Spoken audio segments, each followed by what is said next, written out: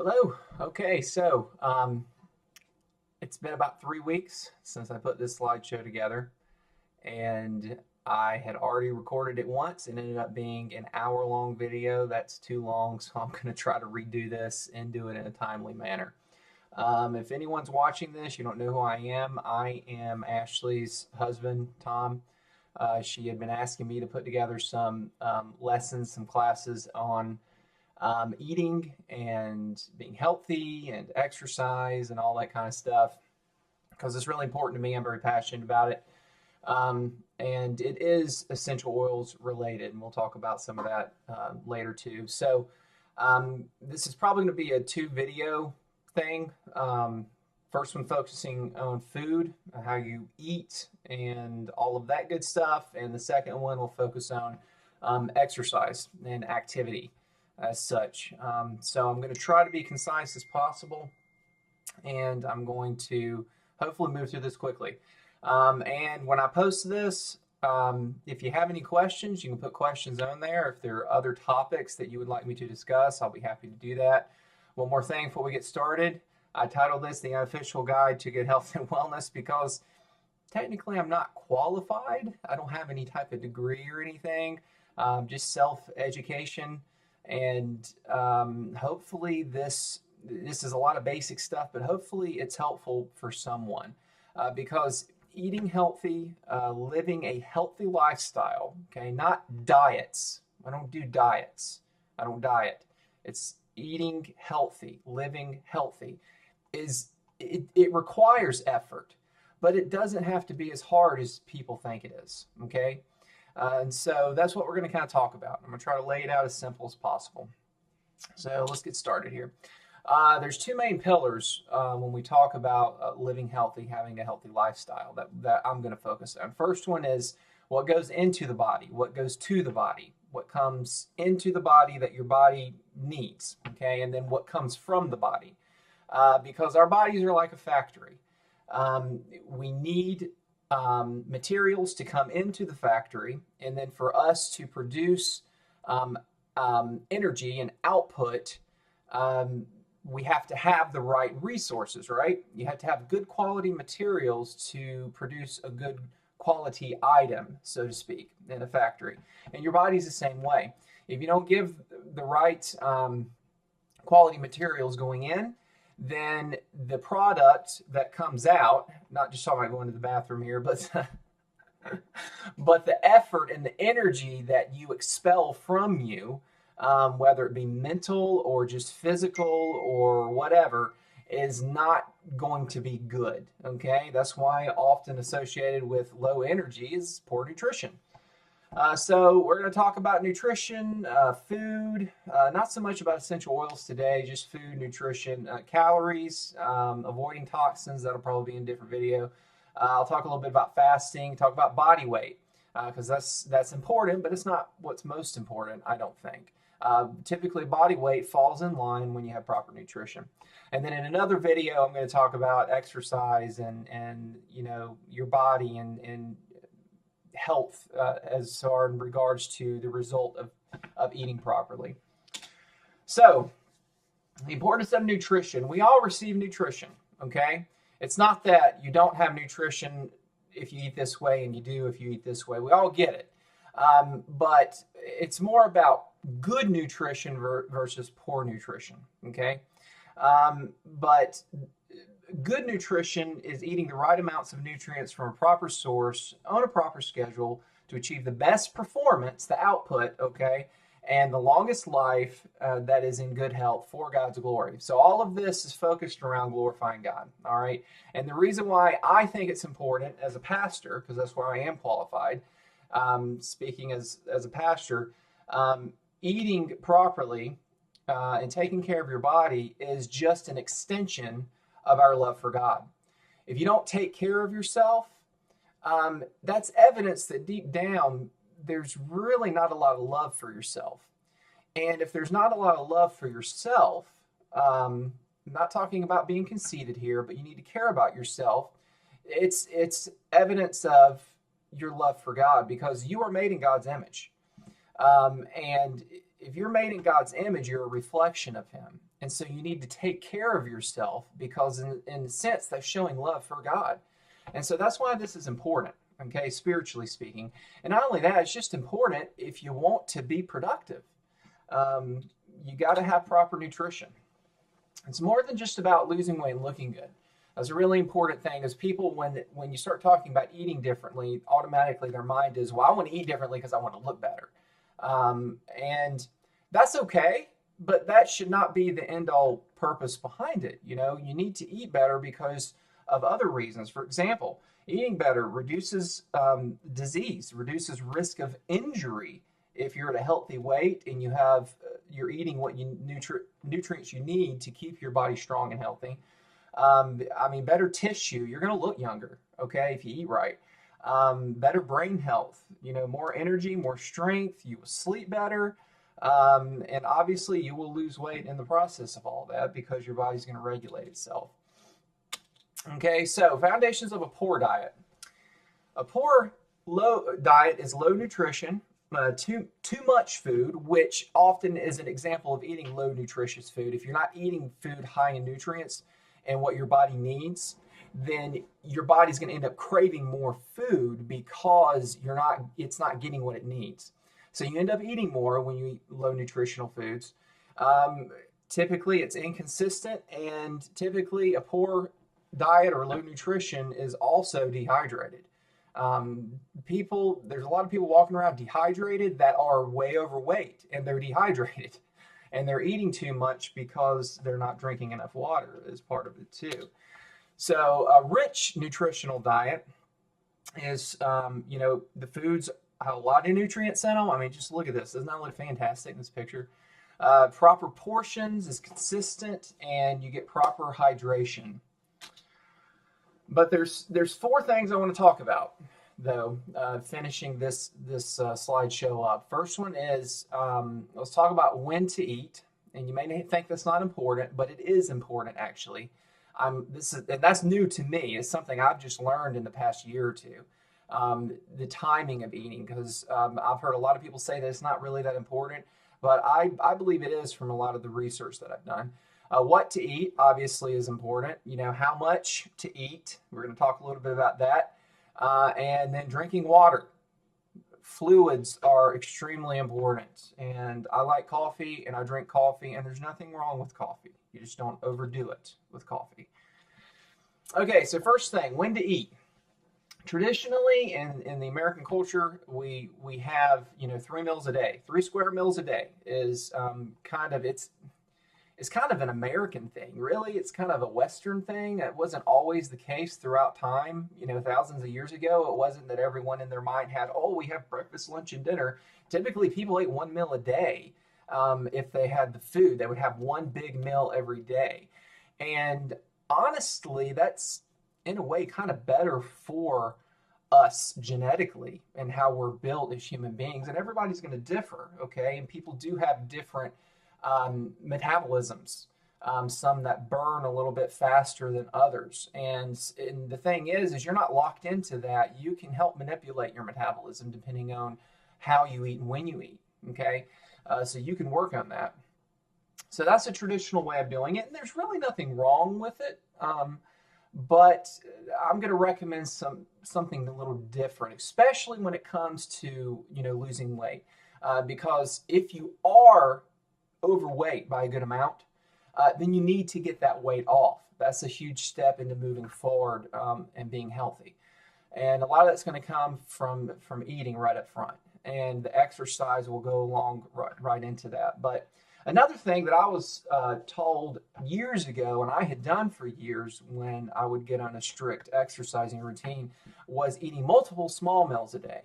And there is a benefit to that, especially for people who are very, very athletic and they do a lot of physical activity and they work out a whole lot, that it can be beneficial. And you can still lose weight doing that if you're very, very, very active. And I've done it in the past and lost weight. When I lost about 2 or 3 years ago, when I said, you know what, I've got to get my body back into shape, not because I wanted to look better, I'm in my 30s now. I don't really care so much. I'm married. I got 4 kids. It was more so I was in a lot of pain. I have a lot of back problems and knee problems, and I needed to get my weight down by about 30 pounds to help eliminate that pain. And I needed to strengthen the muscles, especially in my upper back, to help stabilize my back that has a curve in it. And I'm losing a lot of cartilage in there, and it was just, I was in pain all the time. So that's the main reason I did it. And I went into eating small meals, and I lost the weight doing that, but I was also very active with my workout routine. So there's benefits to it. It's good for athletes.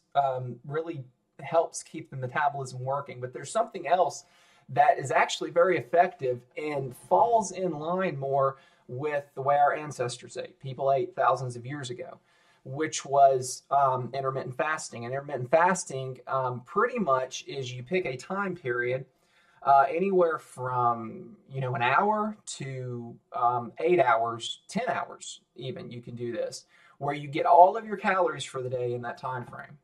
Okay, you can do 4, 6, 8.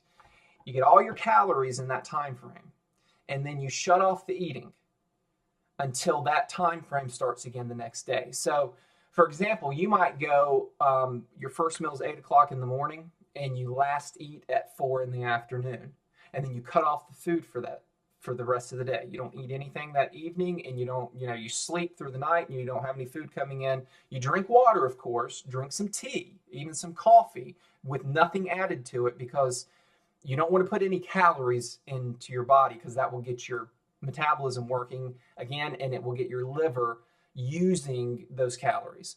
Because intermittent fasting, what you want to do is when you cut that food off, about 8 hours after you cut that last meal off, your liver stops using the sugars that you had just eaten from the meal that you had taken in, and it turns and starts to burn your excess resources, okay? All that product that's stocked up in storage in your body, your liver starts to burn that for energy. And then you actually burn fat and you lose weight that way. So we're kind of designed to be that way. That's why, in the past, people would eat 1 meal a day. They would eat a lot at one meal, and then they wouldn't eat again till the next day at the same time. And they would be thin. They would keep the weight off because they were pretty much doing intermittent fasting. Now, you need to be cautious with that. If you're pregnant or you have diabetes or something, you need to consult a doctor on this, obviously, before doing something like that. But I was actually listening to a podcast the other day of a doctor who actually prescribes intermittent fasting for her diabetic patients. And it actually has helped revert type 2 diabetes in some people by doing the fasting. Because what her argument was is that you overload your body with food, and when you can cut it off and give your body a break, it gives your body the opportunity to start making insulin again on its own, doing it right. Your body start working properly, because we just have too much sugar in our diets in this culture. So anyway, I recommend intermittent fasting, especially if you're trying to get weight off. But other than that, if you get your weight to a point where it needs to be, then you don't have to be strict with it, but it's really a good way to do it. Okay, so what to eat? Well, you got to have protein. Protein's important for building muscle, bone, tissue, organs, all the parts that you're made of. Carbohydrates are important. They're the primary source of fuel for your body. They're the first thing that your body uses to burn as energy, okay? And it's also where the main source of fat comes from, because if you eat too many and you're not burning it off, then your body stores it, okay? Fats are necessary. Fats are not bad. We were told that for decades in the American culture, that fats were bad, and they are not. They're important. And they're not what is necessarily is causing obesity in our culture. And the fats can be stored just like carbohydrates, but the problem is too many carbohydrates, and from bad sources of carbohydrates. But you need fats for your body to absorb vitamins, okay? And then, of course, when you need vitamins, minerals, enzymes, and you need those for a strong immune system and just keep living. And you're going to find all of that in the foods we're about to talk about. So with proteins, what are some proteins that are good to eat? I put eggs, the picture of eggs on here because eggs are one of my favorite protein. I try to go more of the vegetarian route, but I'm not vegetarian. I just try not to get most of my protein from meat sources. Okay, that's just me personally. And but there's nothing wrong with eggs, fish. There's nothing wrong with beef and pork, just not in excess. You know, when you have a plate of food, you shouldn't have half the plate a bunch of greasy pork. You know, and too much of it can be dangerous. But those things, eating them right from organic sources and cooking them properly and eliminating a lot of the fat that's in those meats is what you need to do. Now, eggs have a lot of fat in them, and eggs have a lot of cholesterol in them. But the thing about eggs, do not remove the yolk from the eggs. Eat the whole egg because the majority of the nutrients in an egg are in the yolk. And the cholesterol that's in an egg is actually a good cholesterol. Your body has to have cholesterol. A proper source of cholesterol is okay. Now, you may have to lay off of them if you have high cholesterol because it can, you know, tip the bar where it's not in favor. But if you get it under control, there's nothing wrong with eating whole eggs. You know, milk and cheese in moderation, good source of protein. That shouldn't be your only source. There are other options that are good. You know, nuts and seeds, which are also where a lot of the fat will come from. Beans, lentils, soybeans. We get this soybean pasta called edamame. I think I pronounced it right. And it's extremely high in protein, low in fat. There's some carbohydrates in it, but it's just packed full of potassium, which is one of the most important things that your body needs. We get too much sodium, not enough potassium. That's why we have so many heart problems in our culture as well. So these are some sources of protein that you can look to. Carbohydrates. If you're going to eat, you know, eating carbohydrates, you're going to need them. I eat the majority of my carbohydrates earlier in the day because I will burn a lot of energy in the afternoon when I do my workout. So I try to get them early in the day because that's when my metabolism's the fastest and I have the whole day to work through and burn through them. But oats, I eat oatmeal about every single morning. You know, wheat bread, wheat pasta, brown or white rice is fine. Barley, quinoa, couscous, whole grain cereal, wheat tortillas, you know, any of these sources of whole grains, okay? You can eat white flour and white bread. The thing is they're less nutritional because you've pulled half of the grain away from itself to make it white, and you're losing a lot of nutrients in that. Another source of carbohydrates are fruits and some vegetables, okay? And they need to be treated as carbohydrates. Apples, berries, cantaloupe, bananas, oranges, peaches, fruits in general are just, fruit in general is just loaded with sugar. Sugar is carbohydrate, okay? Potatoes have a lot of starch in them, sugar, carbohydrate, squash, carrots, corn, all of those, they are fruits and vegetables, but they really need to be treated as carbohydrates. Now, if you're trying to really get the weight off of you quick, and you know you need to lose weight, say you're 100 pounds overweight and your joints are hurting and you're tired all the time and you're aching, it's like you're carrying a 100-pound sack on your back 24/7. You need to get it off. One good way to get that weight off is going into an intermittent fast and eliminating the carbohydrates we just looked at and replacing your daily intake of carbohydrates with these fruits and vegetables, okay? It's a little bit lower source of those carbohydrates, but it's a better source, natural sugar source for your body. And even just eliminating carbs altogether for a short time period, not long term, but for a short time period, is a good way to help set your body into motion of burning your excess fat. Okay, that's what the ketogenic diet is, essentially, is you eliminate the carbs and you just eat protein and fats, and you can even throw intermittent fasting in there, and your body starts converting all your excess carbohydrates into energy. This is what happens. Fats, almonds, flaxseed, chia seed, olive oil, avocado, walnuts, pecans, sunflower seeds, pumpkin seeds, almond butter, peanut butter in moderation, real butter from a organic source. You know, you can eat these things and they're good for you, and they have a lot of vitamins and minerals in them. You know, almonds, really good option. Avocado, nothing wrong with avocado. You know, it's just if you make a salad and you have avocado in it, don't add dressing. You don't need to add 300 calories worth of fatty dressing. Just put some white wine vinegars, nothing in it. Just adds a little bit of, sting to the bite, and the avocado can be your dressing, because it's a very creamy substance. That's all you need.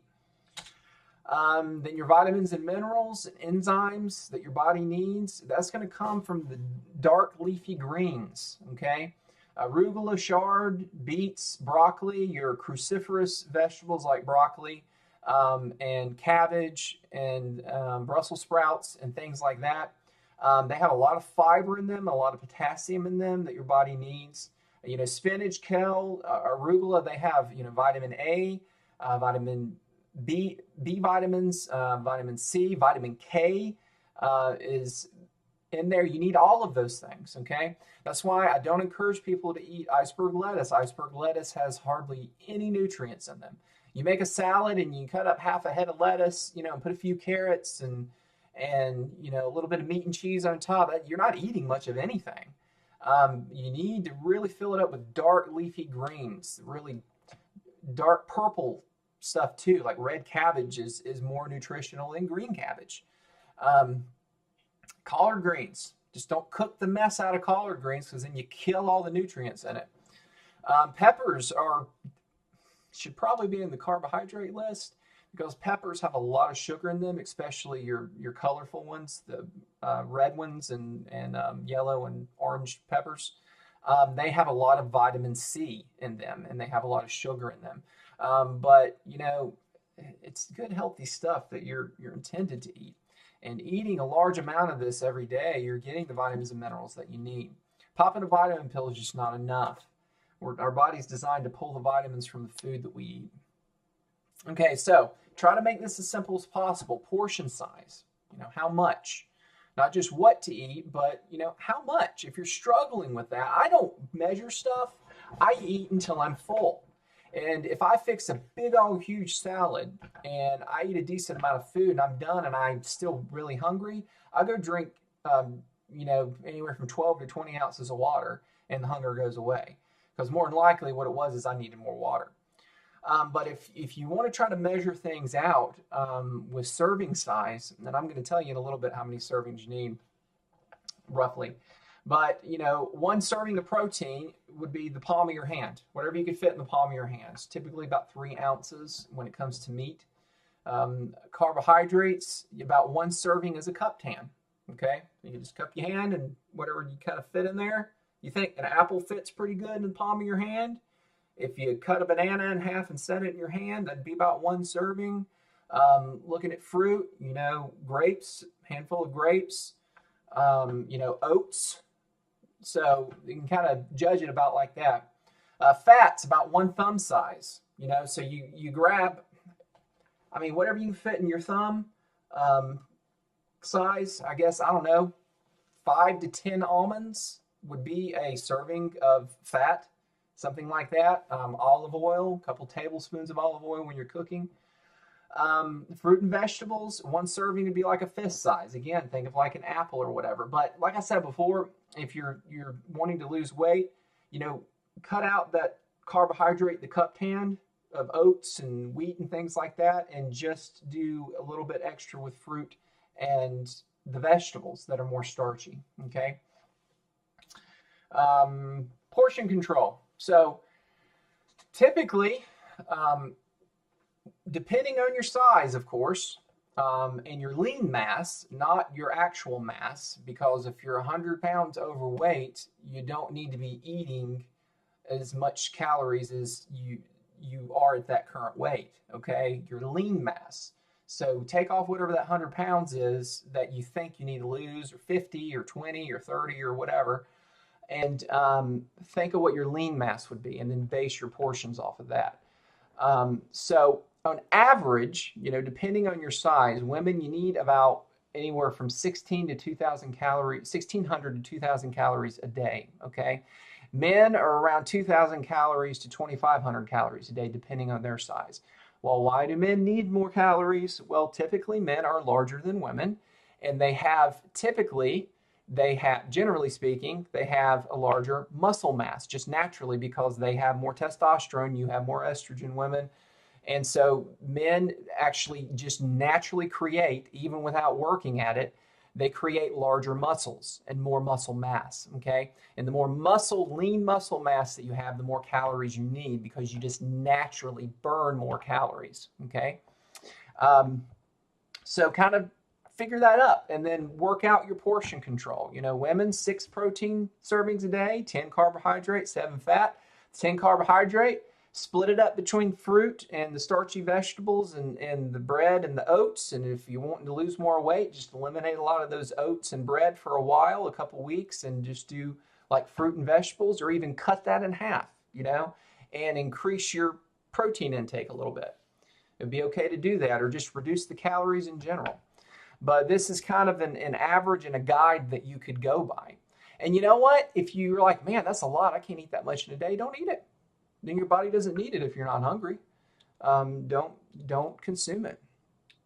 Right now, I consume about 2,500 to 3,000 calories a day. I'm 6'2" and 185, 190 pounds.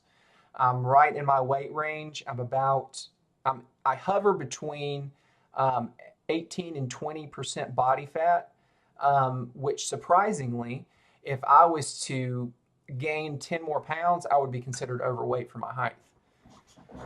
But that's where I sit in the normal weight range. So I'm about 20% body fat, and that's where you need to be. Okay, that's actually healthy. It's healthier than being 5% body fat. And your body doesn't naturally sit at 5% body fat. Typically, most people don't. Okay, typically your body will sit at around 15 to 20% body fat when you're treating it properly and eating well. And the last thing, drink lots of water. I cannot stress this enough. Drink lots of water, okay? Eliminate soft drinks, pop, Coke, Pepsi, whatever you call it, okay, wherever you are. Eliminate that from your diet. Sugary drinks, just eliminate it, okay? A white granulated sugar is not safe and healthy. If any sugar you consume needs to come from natural sources. If you're going to sweeten something, it needs, agave sugar, organic cane sugar, honey, and the natural sugars in fruit. That's where your sugar needs to come from. And even then, you don't need a whole lot of it.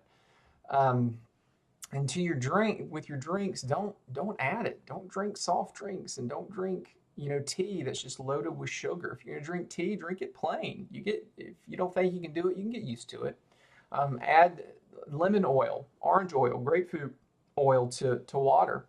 But drink lots of water. You need to divide your lean body weight by 2 and drink that in ounces. So, like I said before, your lean body weight is not with all of the excess fat that you're wanting to lose or you need to get off, but it's whatever your body weight should be at, your lean body weight, okay? So, for example, I'm close to where I should be considered lean body weight. So let's say 180, is my lean body weight. I just cut that in half and drink it in those ounces a day. And that's almost a gallon, of water a day that my body needs. And drink that throughout the day, and I guarantee you won't overeat. And if you're eating healthy stuff that has the proper nutrients in it, your body will naturally tell you that you don't need to eat anything else. And coffee's okay and tea's okay, just don't put stuff in it. Other drinks that don't have that aren't loaded with sugar, those are fine. But drink lots of water. Cannot stress that enough. You got to have water. Anyway, I hope this was helpful. Hopefully it wasn't too long of a video. I'm going to do one on exercise and even talk about my exercise routine. People's bodies are different. Everybody is different and their body functions differently.